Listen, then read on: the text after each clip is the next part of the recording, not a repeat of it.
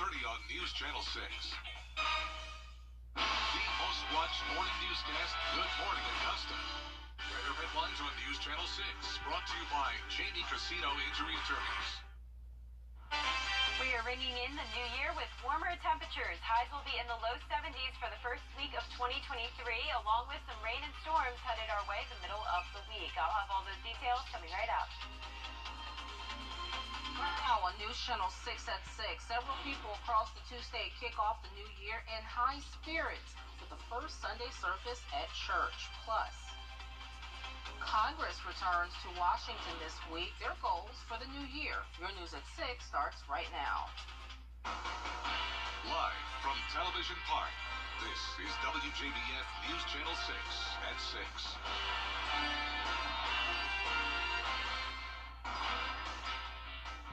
And thank you for joining us. Well, coverage you can count on begins in Augusta, where people across the CSRA spent their new year with Sunday service. Bria Smith was there. It's the first Sunday on the first day of the new year, and some people tell News Channel 6 there was no better way to start the year than at church.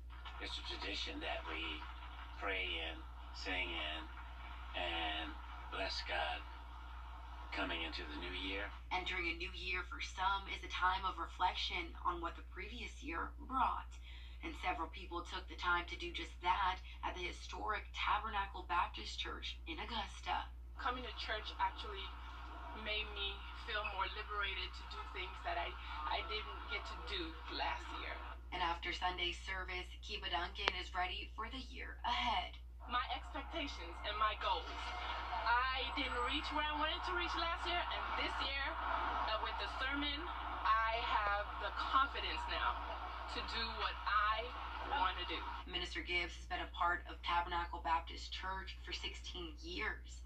And this church was the hub that housed us, that we could run to for safety, and we could run to for his protection. And that's why Tabernacle is so important. And not only does coming to church Sunday morning mean a fresh start for Duncan, it also is her home away from home. When I moved here in 2012, I didn't have any family or any friends, and I'm from the Virgin Islands. I'm an island woman, and I've been looking for a church that actually would help me connect more with God. So, yes, this is my #1 church. In Augusta, Bria Smith, WJBF, News Channel 6. Bria, thanks. The first Garden City baby of 2023 made its debut just after the start of the new year. Meet Riley Simone Calloway. She made her grand entrance into the world at 1:59 a.m. at Augusta University Health. Her mother, Elizabeth Austin, spent more than 30 hours in labor. The new bundle of joy weighs 7 pounds, 4 ounces, and is 21 inches long.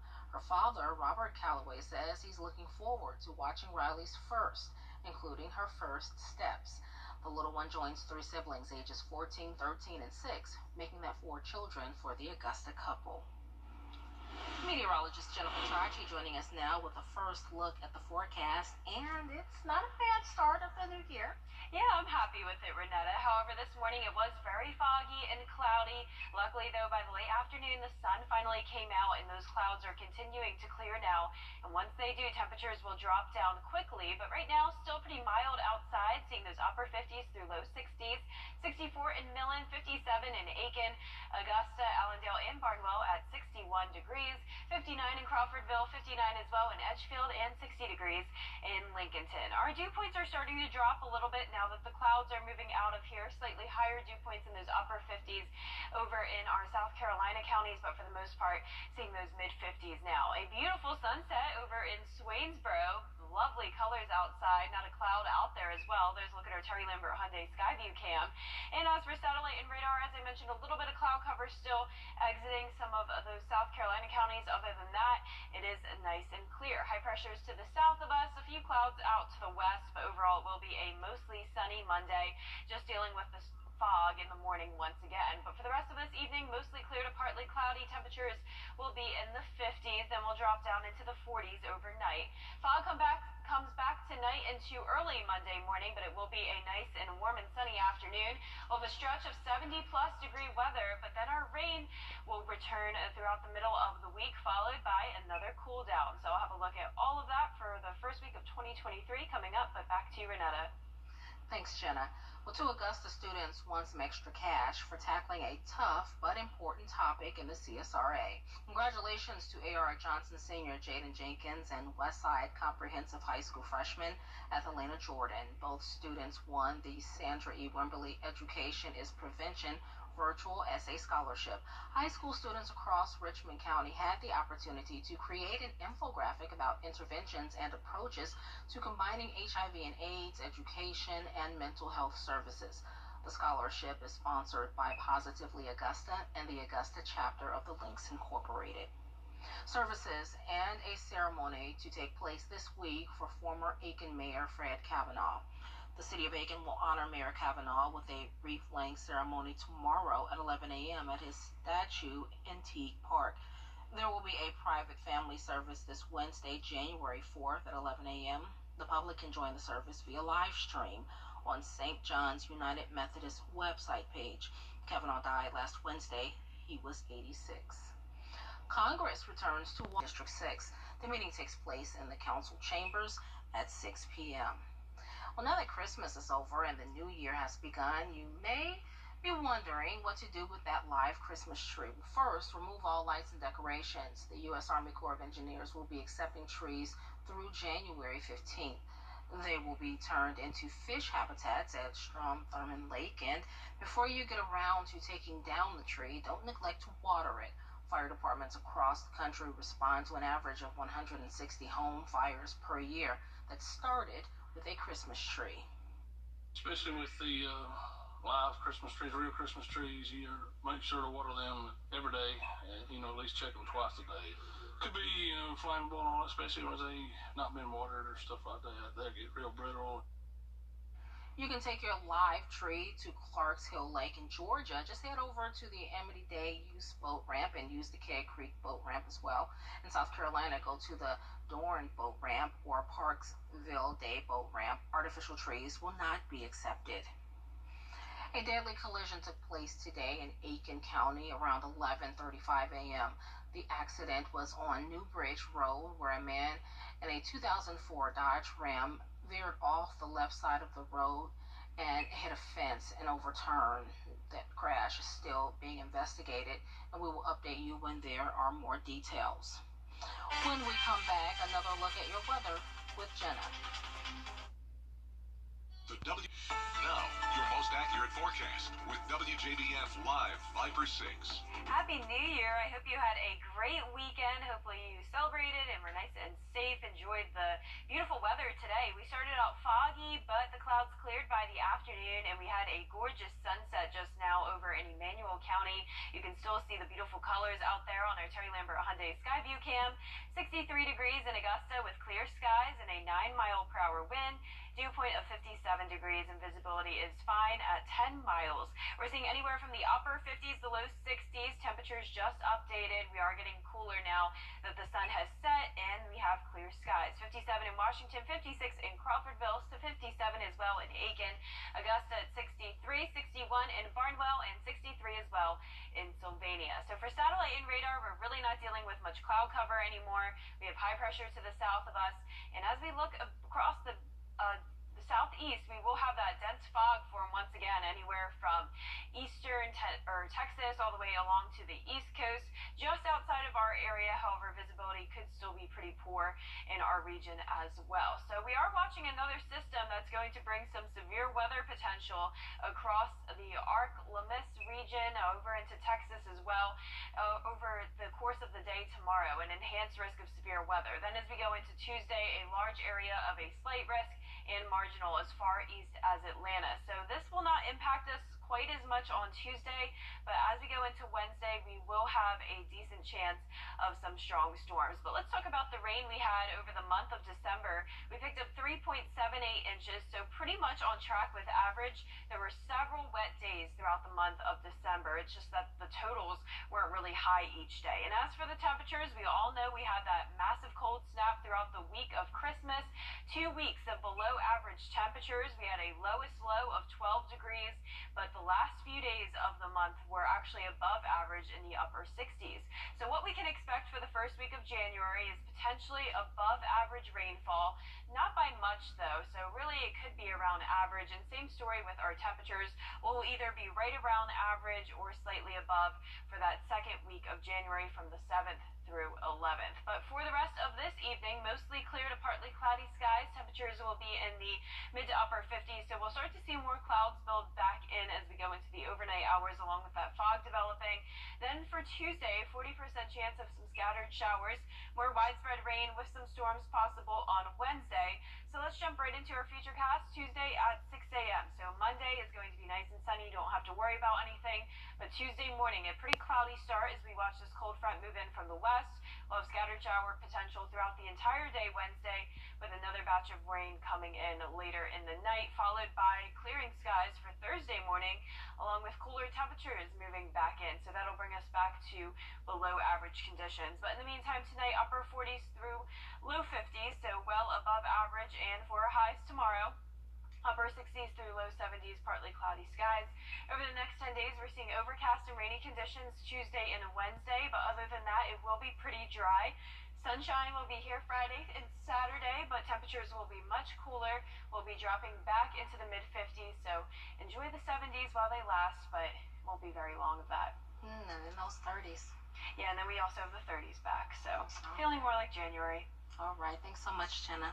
Coming up, 3 officers attacked last night near the New Year's Eve celebration in Times Square. We have that story when we return.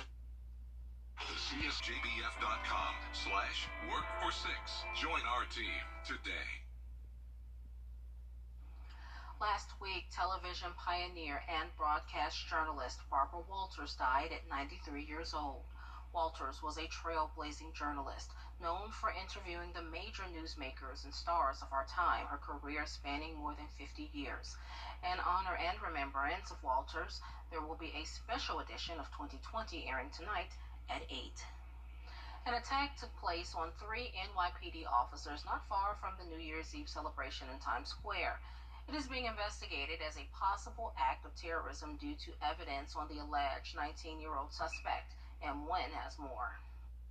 3 NYPD police officers were attacked with a machete late Saturday as they patrolled an area just outside the security perimeter set up for the New Year's Eve celebrations in Times Square. A 19-year-old male approached an officer and attempted to strike him over the head with a machete.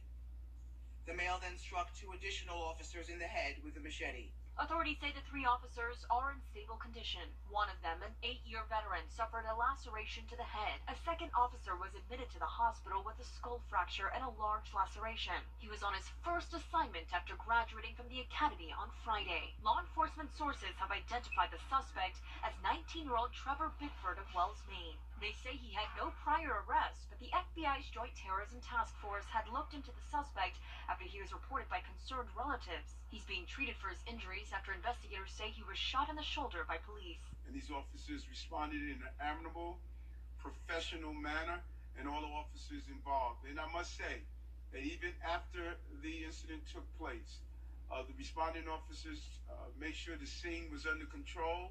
Law enforcement is now looking through his online postings that preliminarily indicate recent extremist Islamic radicalization. While the suspect's motives remain unclear, authorities say they have not ruled out that he came to New York specifically to attack police officers. Federal and local investigators stressed this appears to be an isolated incident and there is no larger threat. M1, ABC News, Washington. Kira Goldstein has our sports update, including Peach Bowl highlights. Say goodbye to 20 mobile app. Download it today. Now, WJBF sports coverage you can count on. Happy New Year, everyone, and a big congratulations to all the Georgia Bulldog fans who had a lot to celebrate as the clock struck midnight. In the Peach Bowl, Ohio State started out strong and was leading Georgia for a majority of the game, and after this incredible play at the end of the first half that saw C.J. Stroud hit Xavier Johnson, he's going to do a little spin move right here and run on into the end zone. The Buckeyes would take a 28-24 lead into the locker room. The second half saw a little more fire from the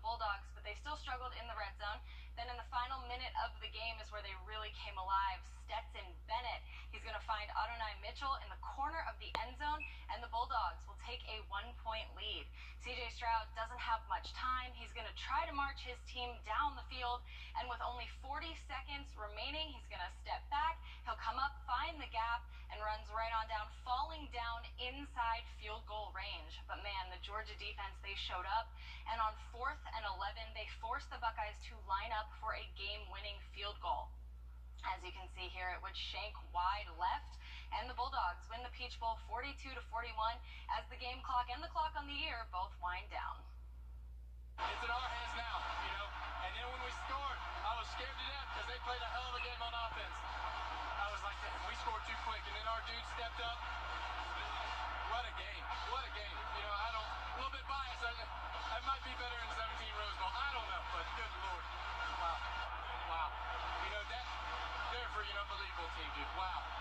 And we fought, and they beat us, it seemed like the whole game. And then we came back when we needed to make a play. We had Karis, and then AD came back. Unbelievable. The Bulldogs are headed to their second CFP National Championship game in a row, and they will take on the Horned Frogs of TCU on January 9th. That game will be played at 7:30 p.m. in Los Angeles at SoFi Stadium. Week 17 in the NFL, the Falcons hosting the Cardinals, and here is the field being flipped over from Georgia's Peach Bowl to the Falcons game. The Falcons-Cards game was crazy, but the real star of the game is going to be kicker Young-Shu Koo. Last-second field goals with the game on the line seem to be a big theme this week inside Mercedes-Benz Stadium, and thanks to Koo, the Falcons were able to secure the win as time expired 20-19. Looking ahead to Week 18, the Falcons will host Tom Brady and the Buccaneers. And speaking of the Buccaneers, they hosted the Carolina Panthers today in a wild game that saw the Panthers jump out to an early lead. But with the Buccaneers posting 20 points in the fourth quarter, including a Tom Brady rushing touchdown, Carolina wasn't quite able to hold on as they fell to Tampa Bay 30-24. The Bucs have also clinched the NFC South with that win and are headed to the playoffs. Looking ahead to Week 18 for the Panthers, they'll hit the road as they travel to New Orleans to take on the Saints. And we'll be right back. Hurry! Number 6 Skyview Network, powered by Terry Lambert Hyundai. Low prices, big selection, and committed to quality customer service. The CSRA is full of amazing women. Women who inspire. Women who innovate. Women who lead. That's why News Channel 6 brings you Women to Watch. On the last Wednesday of each month, News Channel 6 recognizes local businesswomen who are making a positive impact in our community. To nominate someone, just visit wjbf.com/women-to-watch and fill out the entry form. Grab a knife and spread some expensive caviar on Doritos. Yep. Those who have dared to try this say it's actually a pretty tasty combination. Some people are taking their first bites and reacting on camera too. Now get this, a bag of Doritos costs about $2.40, whereas a serving of fine caviar is about $240. I've never even had caviar. I would try it, I think, on Doritos. I think it'd probably be pretty good. Do it and tell us. Yeah, should I do my reaction on camera? Yeah, I'll do it with you. It'll be next week's camera. We should do a segment where we all try I'm the it. least picky either, so I don't judge anything. But for our forecast this week, we are ringing in the new year with some warmer temperatures. We're starting out in the low 70s tomorrow. We'll also have some sunny skies, but rain is headed our way Tuesday and Wednesday.